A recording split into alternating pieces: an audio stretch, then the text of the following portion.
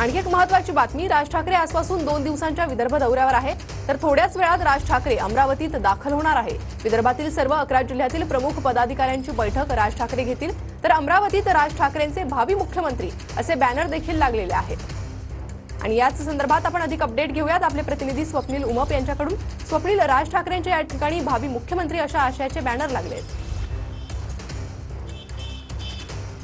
नक्कीच आगामी विधानसभा निवडणुकीच्या पार्श्वभूमीवर मनसे प्रमुख राज ठाकरे यांचं मिशन विदर्भ आजपासून सुरू होत आहे।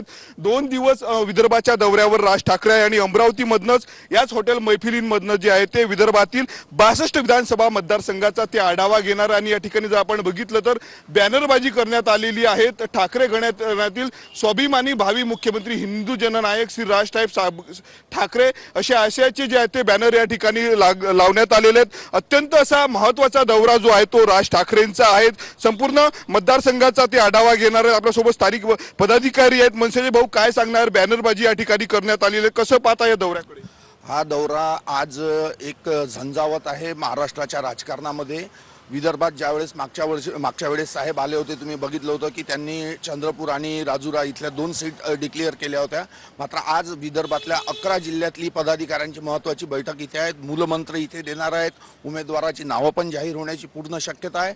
आणि थोड्याच वेळात तुम्ही बघाल साहेबांचं आगमन होत आहे। तो जो उत्साह आहे राज ठाकरे यांच्या दौऱ्याकडे आपलं लक्ष असेल। धन्यवाद या सविस्तर माहितीसाठी।